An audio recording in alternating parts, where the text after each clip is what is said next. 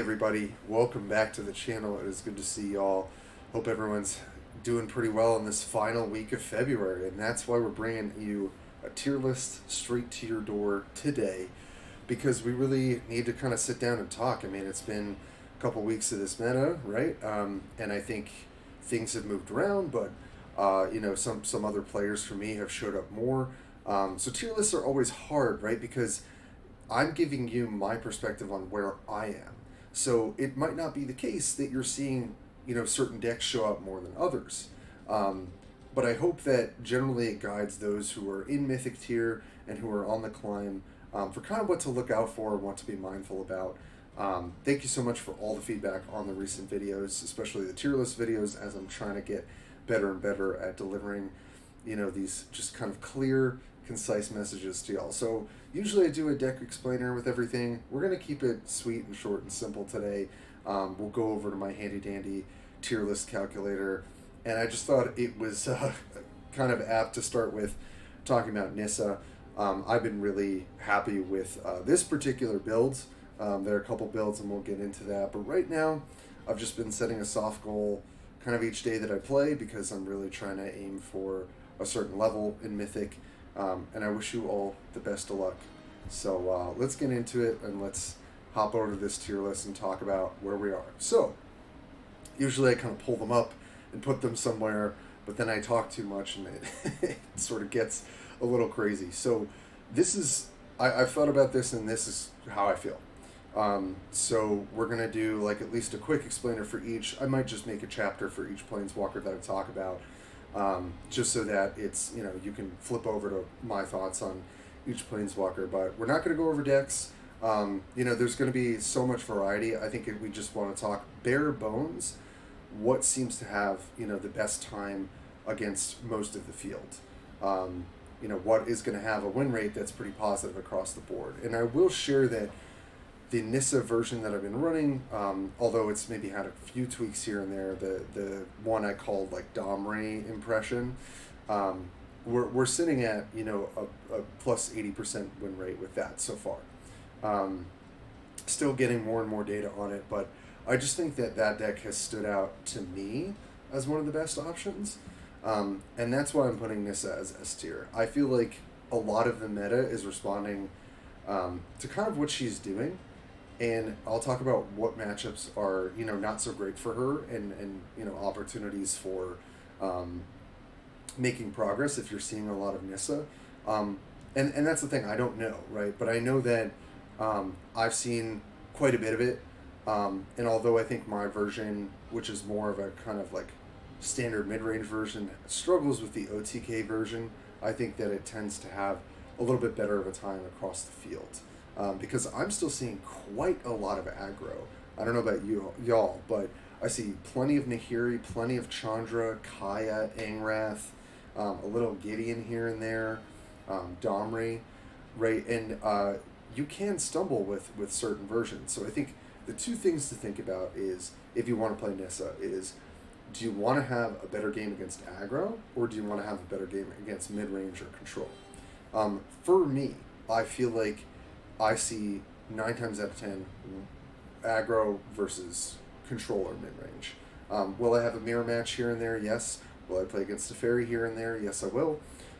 But I would say for the most part, I'm playing against aggro variants, and I'd like to kind of shore up that matchup. So Nissa, I think the other strength that I'll touch on before we move on, she's so versatile and so flexible.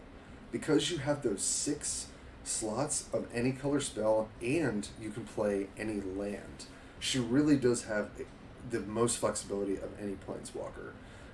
And I think that's also her power, because some people might see one version of your deck, some people might see another. You're not really sure what to expect, right? You've got the 1-turn kill with Strahd and Hasten. You've got like this sort of Grim Echoes Druid class combo that I've been seeing a bit more of. And then you've kind of got the version that I've been running, which is basically a better Domri, in my mind, where you just get better access to go longer, and you can still shut out the aggro decks really well. So I think Nissa, especially when you have a pretty decent collection really allows you to capitalize on how versatile of a planeswalker she is. So if you haven't really given her a try, I really recommend it. Yes, she does need certain cards to operate well. You do want to make sure that you're tuning the deck correctly, but I think overall she just is a really, really strong option right now. So I believe that most decks are kind of gonna see, respond to her the most, and that's why I'm putting her in S tier, because I think that she does just have game kind of against everything. I think that's her main strength. So let's talk about A tier. So A tier to me again is like definitely above average, definitely above 60% win rate, roughly. Definitely able to have a pretty good time against other decks in the field. So I'm putting Nahiri as kind of my, like, if I was going to play another deck that wasn't Nissa, I would probably play Nahiri. And then Vraska shortly after.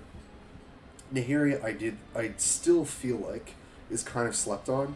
I think her Barbarian class is incredibly, that buff and the buff to the Minotaur, and just the fact that some decks are really trying to go super, super tall with like Grim Echo stuff and like one turn kill stuff, a chroma, things like that, where Nahiri is it's going to punish that strategy.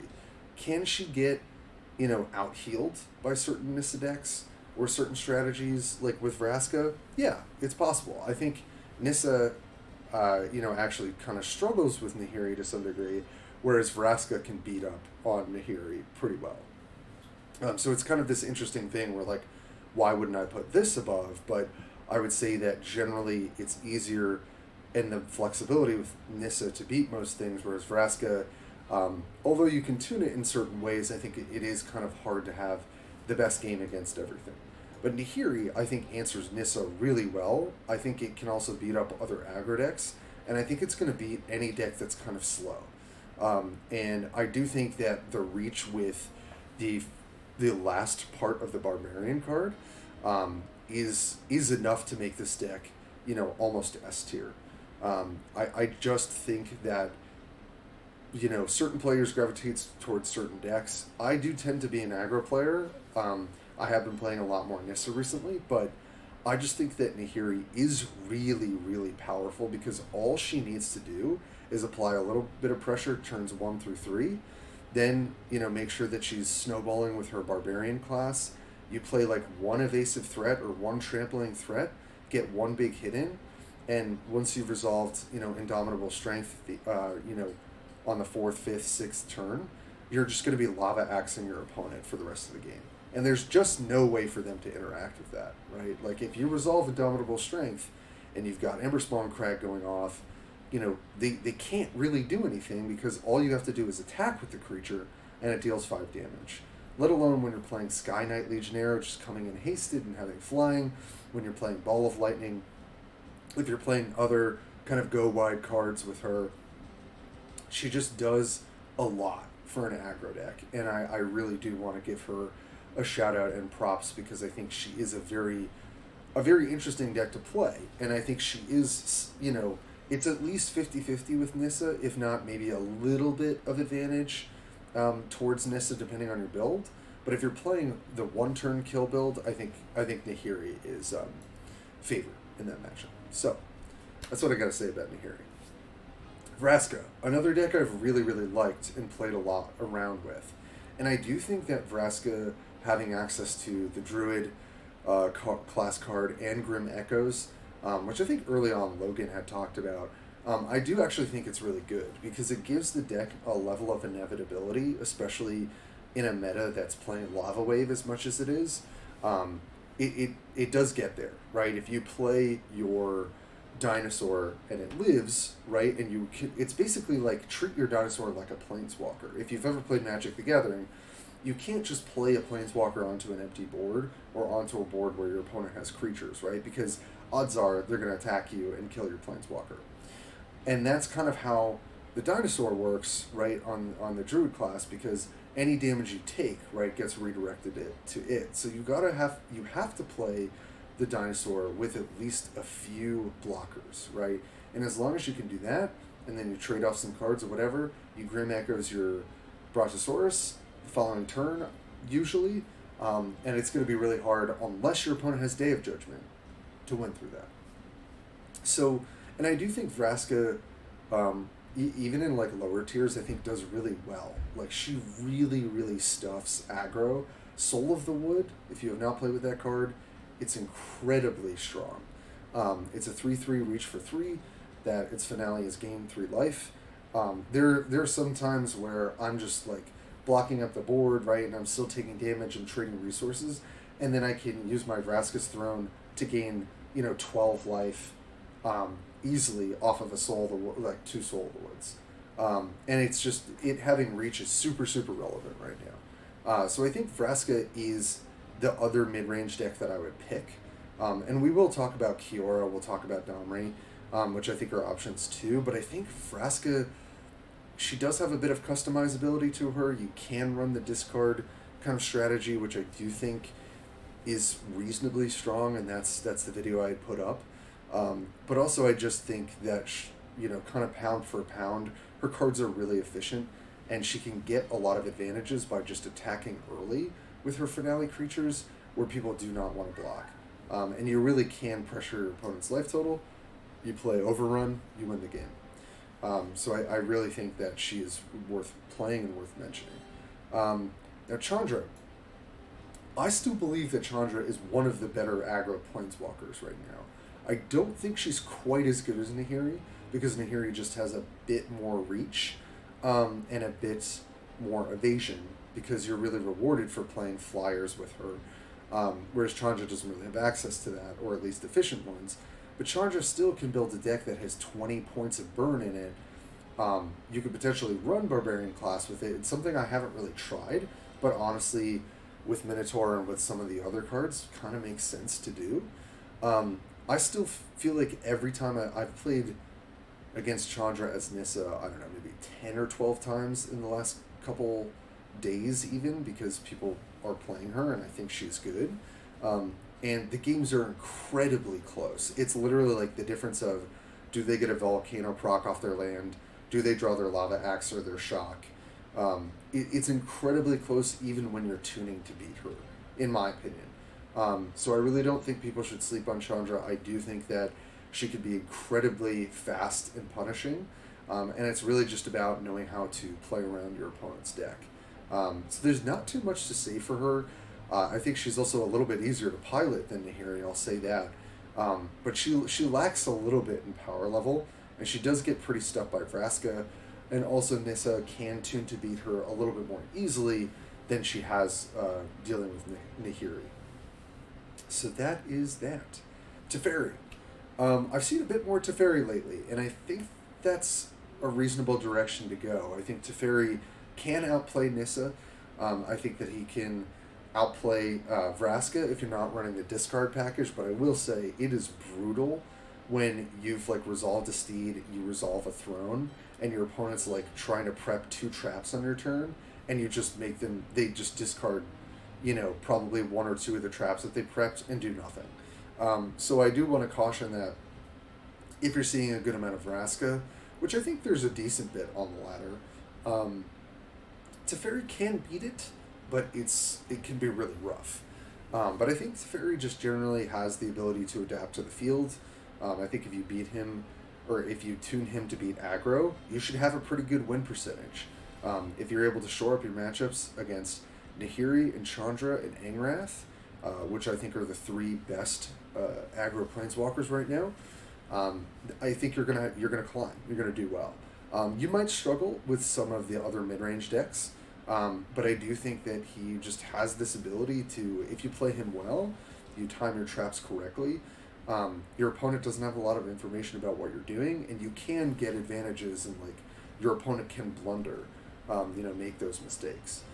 So that's what I think about Teferi. I do think that he's still a really good option. That's why I'm putting him in the top 5 planeswalkers right now. And the other 2 are pretty close too. Liliana, to me, still is really powerful. They didn't really nerf her, right? Which we mentioned in the first tier list video. All they did was change a little bit of the stats on her cards, and I just think that she still has the ability to win the game, right? With comboing off, getting that Grim Grin in your graveyard, even against like Chandra or Nahiri, and you play that turn 3 or 4 or 5, it's going to be pretty backbreaking against your opponent. So she does have this innate quality where if she combos off, she can beat any deck. But it's one of those things where, like, if she doesn't combo off, she will get punished. And, like, aggro can capitalize on that. Nissa can capitalize on that. So can Vraska. And Vraska having access to Turn to Stone against Liliana is really, really important, right? Or even having Shell Game in some of the other blue decks, right, with Teferi. So I think Liliana is definitely not my go-to choice for climbing, but she's got a pretty good matchup into the mid-range decks. But like I think she has a reasonable matchup into Nissa, if the kind of stars align. But I just think consistency-wise the deck struggles a bit. That's just how I've always felt. But I do think she actually is a better choice than Domri for what I'm seeing. And Domri, although I think you can still climb with him, he's my favorite deck to go from Diamond to Mythic in a day because the games are quick, and I just feel like I do well with the deck. I think that, as you could see from my Nissa video, I think Nissa just can do a better Domri impression. I think she has better tools, she's got better versatility, she can play cards like Pixie Trickster, right, to shore up your Liliana matchup a little bit more, whereas Domri has literally zero way to deal with that. So I think, like, Domri is still a powerful aggro / mid-range option, but I think he's kind of fallen a bit because some of the other aggro decks are just a bit faster and have a bit more reach, whereas Domri really has to win combat on the board and resolve Lava Waves and Crater Hoofs, and that's just not always going to be enough to actually get through when you're thinking about Grim Echoes and the one-turn kill. It can be really, really hard. So that's kind of why Domri, in my mind, has fallen a bit in the tier list. So that's A tier. Let me know what you think. I think that I'm really trying to take as kind of a critical approach to these planeswalkers, and this is where I feel like they fall. So we've got a ton in B category, and I think the reason here, my thinking is B is decks that will go positive, decks that do have good matchups, but they are decks generally on power level that are lower. And just like whether that's in their cards, in their general kit as a planeswalker, they kind of need the stars to align a bit more to be effective than A tier does. And that's kind of how I would describe it. Is a lot has to go right for you to consistently do really well with B tier, whereas A tier you need a little less luck to be consistent. So I think that's another good way of thinking about it, is like Nissa feels extremely consistent to me. A tier feels pretty consistent enough to get the job done. B tier is like consistent here, to some degree. So we're starting it off with Kiora. Now, I think Kiora actually has a decent matchup into Nissa. It depends on the exact makeup of the deck. That's why it's really hard. But I've played the matchup here and there. I would say I'm like relatively positive that Nissa, like in the matchup, I've won more games as Nissa against Kiora than Kiora's won against me. But Kiora can win it, and I actually lost to a pretty high ranked player the other day who was piloting Kiora. They had a really good sequence. They were able to use Panharmonicon, which I think is a really, really good card in Kiora. So I think if you haven't given Kiora a spin, think about it. She's got some of the blue spells that matter the most when it comes to tempo.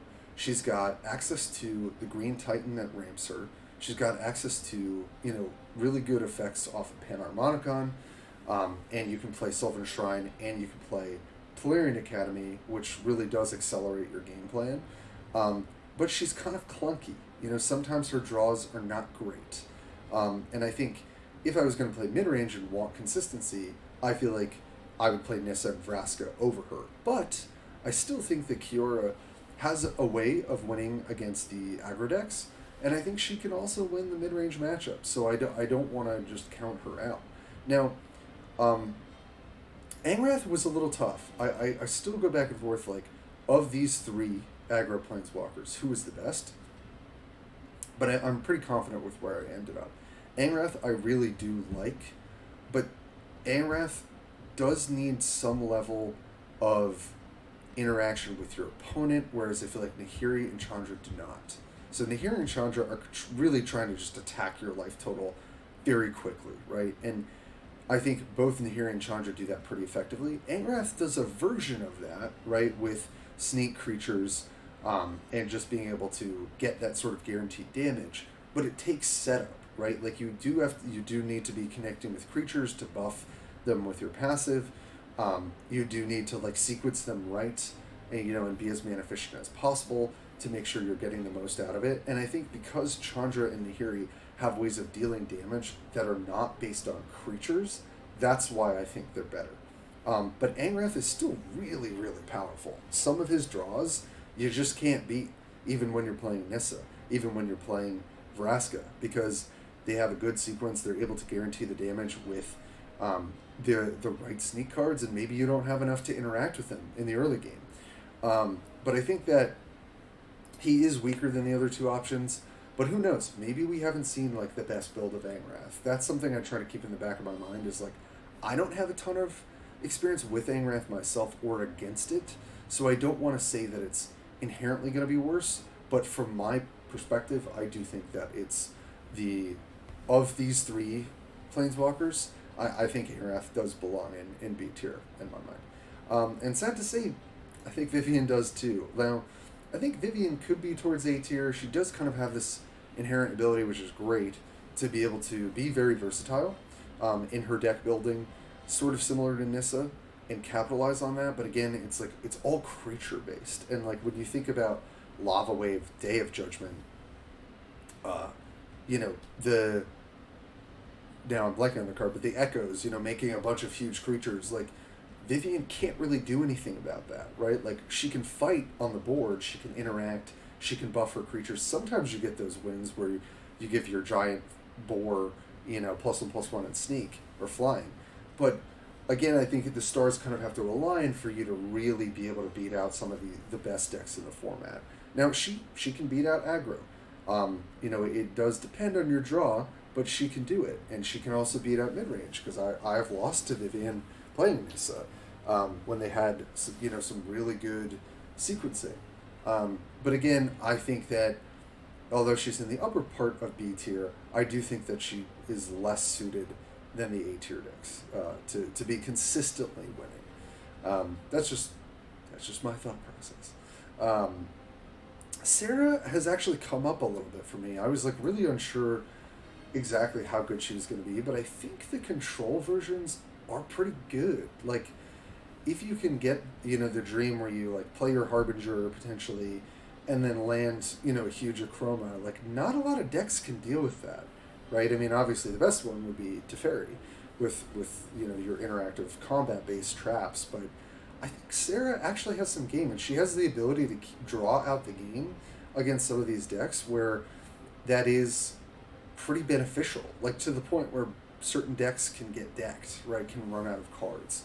Now, I will say what she's really vulnerable is Vinesnare Hunter, right? So the 5/4 for 4 comes into play, has a reach, all creatures lose flying. So like if you're playing the one-turn kill version, the OTK of Nissa, she can't do anything about that, right? Because she's not running reach creatures in her build, she's running flyers in her build. So I think that is a glaring hole in Serra's game plan specifically to deal with what I would say is the most popular Nissa deck.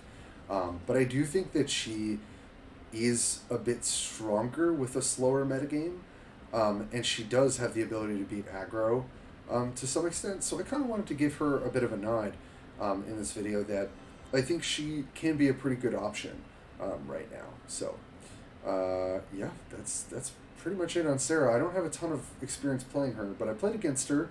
I do think that Nissa, the version that I've been running, does pretty well. And I think OTK can also beat it. So I think that is just one of the big holes in why she might not be the best, specifically to beat what I think is S tier. Okay, and now we're going to come to some aggro mid-range decks, and it's interesting. I had originally kind of started them in the C tier, but I think that some of these aggro decks, depending on how they're built, have the potential to beat some of the top tier decks. Now, are they going to beat every deck across the field? No, they're not going to. They're not consistent enough. They're not powerful enough. They're not versatile enough. But when you get the good draws with them against certain decks, they will win the game. And I think if you build them properly, they might have a few, 5 to 10 more percentage points to win those matchups. So Drizzt I've seen quite a lot. Specifically, shout out to the Brazilian team. You all seem to be super in on aggro. I love that. I feel like I played against only Drizzt, Kaya, and Chandra when I played against the main Brazil team. And I've seen a ton of Drizzt recently. And I think I can follow the logic here. For decks that need setup, which I would say Nissa is a part of that, Drizzt can be really powerful, right? If you go turn 1 legendary or play a 1-drop turn 2, make that 1-drop legendary, and just snowball Guinevere, it can run away with games. And it does have... It just depends on how you build the deck. Like, I don't really see the version that I really liked, which was with Alarm Bell and Travel Supplies, just to get a bit more bang for your buck out of your legendary creatures. That doesn't mean that my build is best. I haven't really been playing it that much since last patch. But I do question some of the deck choices that I've seen, where you're just kind of going for this like very standard mid-range strategy, where I think you want a bit more card advantage and you want ways of staying in the game. Because if you have that aggressive start, that's great. Your opponent's going to be trying to deal with that, so make sure that you can keep going over the top of whatever they're trying to do. So I do think that Drizzt is competitive. I don't think it's consistent enough, but it's worth mentioning for the B tier. Now, I'm going to kind of talk about all these three together. So Kaya, Yanling, and Gideon, to me, are aggro decks, typically, although shout out to Patrick, as always, who is a subscriber and really, really loves to play Kaya Control. Not shutting down Kaya Control. But for Kaya aggro, Yanling aggro, Gideon aggro, of course, they're the go wide decks, right? Their whole plan, their best play, is to go triple 1-drop over turn 1 and 2, and that is going to be really hard for certain decks to deal with. Even some of the aggro decks, right, when you have armor or you have evasion, you've got an advantage in those matchups. So it's interesting because I do think overall these are the best aggro planeswalkers. But these planeswalkers are competitive, and I think pretty close. I do put them in this order. I actually really do like what Kaya can do into the metagame right now. I think she's kind of fast, efficient, and what if you can get the missions rolling, it's really hard to stop her. I think Yanling's got the evasion, still maybe not optimally built by everyone, but honestly I was pretty pleased with Paladin class and White Splash. I think that is kind of the way to go. And then Gideon, you've got armor creatures, you've got Paragon of Balance, you've got Fair Fight, kind of similar version of Yanling, but kind of strictly worse in some senses, a little bit better in some senses. All of these decks, all they want to do is just not interact with you, play out their board, attack your face. And when you're doing that really, really well before turn 6, right, when you can potentially see a Lava Wave, or return before turn 5, when you could see a Lava Wave, you can win those games, right? You can shut the door, you can close out games really well. So these decks really punish inconsistent draws, right? And so sometimes they're just going to steal the wins because their draw is a bit more streamlined than yours. And as long as they're not getting punished by a sweeper, they're going to kill you. So I do want to mention them, and I think that you can go positive with them, depending on how you deck build, like if you really get into teching against certain things. And so I think they are viable options. They're just, again, not going to consistently beat out some of the more powerful decks. And then Ajani, I kind of feel bad about. I feel like Ajani's sort of left out. But honestly, Ajani, I think, has this identity crisis right now. And it was actually made a lot more clear to me when I was working with Karma, shout out to them, who had worked, had done some of the videos with me recently and were really fun. Because Ajani's kind of like half aggro, half mid-range. And I do think you could make him go bigger. And I do think that that's probably the direction he needs to go in, less aggro and more of a standard mid-range deck to try and go over the top. but I'm really not happy with what he's doing in the meta right now. I just think he loses to quite a lot of stuff. He's got a great matchup into almost every aggro deck, depending on how you built him, and that's worth noting. But I think he loses to every mid-range in control deck. That's just how I feel right now. There are probably better ways to build him. I know we got a lot of Ajani lovers who have stopped by for the videos on the channel, but I just think he's kind of got this identity crisis where I don't know that we all have figured out exactly how he needs to be built. Can he win games? Yes. If you're playing against literally only aggro decks, I think Ajani is a great option if you like him. But he's going to struggle against mid-range. He's going to struggle against, stuff like Teferi and Jayce. That's kind of where he's at. So that is B tier. So much going on there. But again, really from left to right, left being most powerful, most consistent, to right being least powerful, least consistent. This is how I'm kind of viewing B tier right now. So we've got C and D, and a little bit of a change up. So I've played, I would say, a handful of games against Ral. Just diving right into C tier here. I just think that the nerfs really did hurt him. I think that in a world where you're getting out-card advantage by Nissa, by Vraska, you're getting raced down by Nahiri, by Chandra, I don't really know that Ral can put up much of a fight. I've always felt that Ral had a better game against aggro if you were teching for it, right? You had Pyroclasm, potentially Blasphemous Act or Lava Wave. You're running Wizard class, you're running more of a control variant. I think that's probably the way you have to build him. Now, I will say Ral can sometimes have those insane starts. But the fact that Pyromancer is not even played, or it is, and it's not that good, I think was a huge, huge nerf to him, having it be a 4-drop. Now, I will say something I've seen showing up more, which piques my interest, is Cerulean Drake.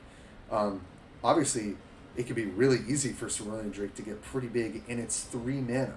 So, if you think about how Pyromancer went from 3 to 4, and Cerulean went from 4 to 3, Cerulean might be a better alternate win condition for the deck.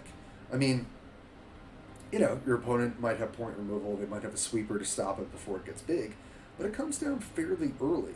And I do think that is worth exploring. But I will say, I've beaten Ral, I feel like, most of the time playing the top tier decks, and I just think he really has lost quite a bit of power level. And I think that other people have really, the community has learned how to build some of these top tier decks better to be more consistent. And Ral has kind of been a boogeyman at times in the last couple months, and I think people just really know how to play against it, and it's kind of lost its ability to just kind of steamroll your opponents with all the nerfs. So I do put him down. I still think he can go positive, but he's like a C, right? I think, I don't know, it's hard to put a win rate on it, but I feel like your win rate's maybe not going to go much past 60% at best, is sort of how I feel. Now, Jayce, I hate playing Jayce. So I always have this thing in my head of I don't play Jayce, I'm not playing against it, it's got to be bad. That's probably not the case. I think Jayce is a good control option as the metagame shifts more towards mid-range.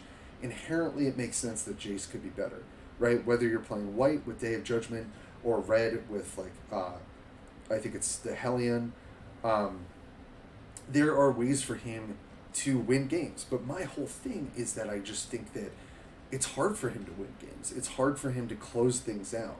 I've honestly come up on even Millstone as a win condition for some of these blue control decks and I've seen it in Teferi, because against the mid-range matchups, milling can be really important when you're elongating the game. Against, obviously, aggro, it's pretty bad. And that's the other thing, is I think Jayce struggles with aggro decks. Yes, you can play your apprentice, you've got your crabs, you've got some ways of interacting early, but I just think he's a little too ineffective to really get the job done. That's my opinion. And I would say if I was going to play a control deck, I would go for Teferi 100%.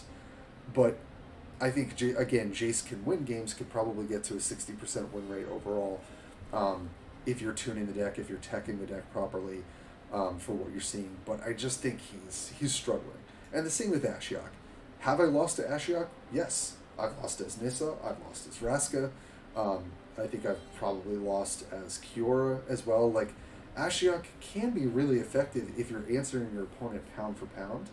I think you have to tune it to beat aggro, because if you can't beat aggro, it's going to be really hard. But if you can do that, and I think there are ways to do that, and you just are really, really tight in your play against mid range, you can win those matchups. But I just think he's, as far as like control planeswalkers go, I think he is the worst. He might be better than she might. I think for Ashiok, she might be better than Jayce.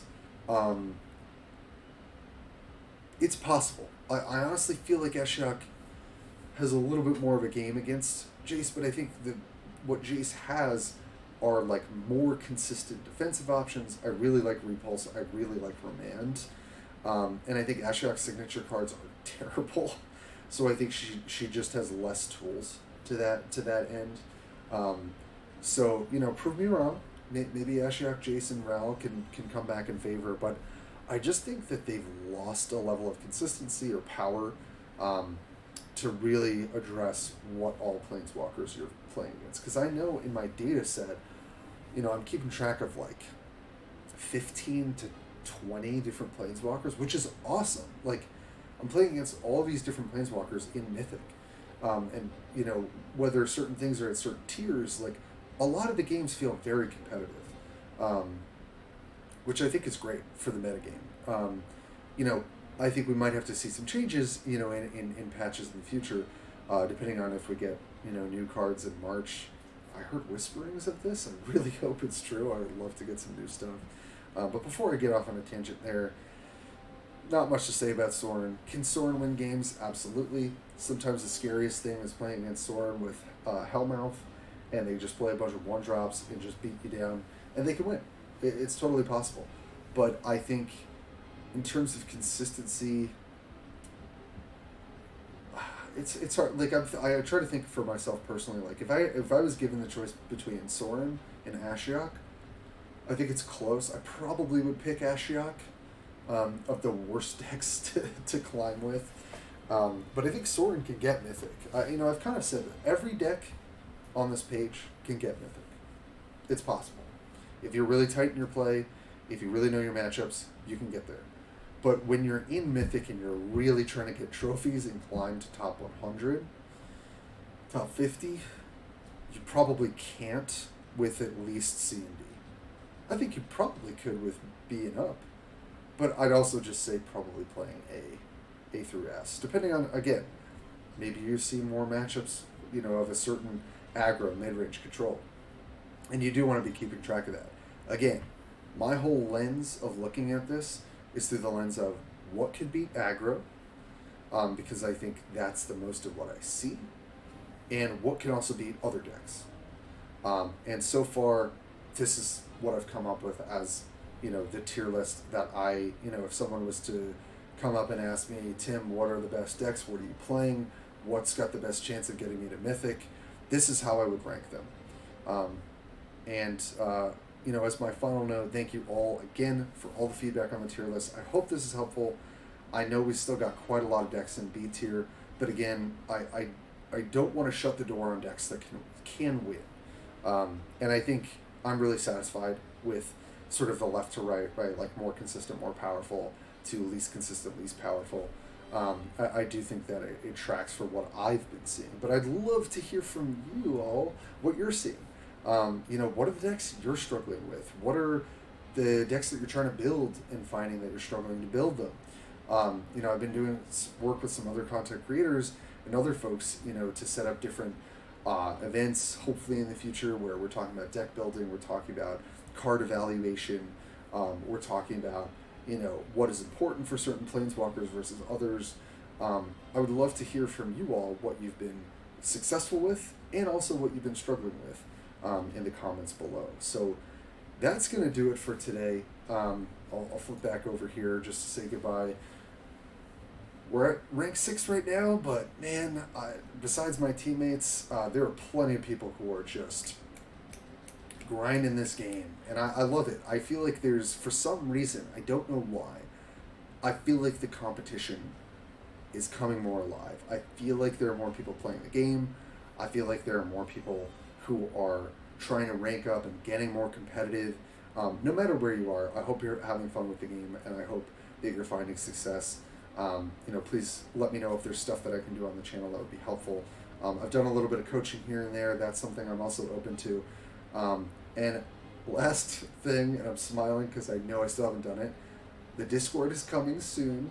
I need a little bit more time to set it up, make sure it's all ready for y'all. But it's going to be, I'm going to hold myself to it. It's going to be here by the end of the week.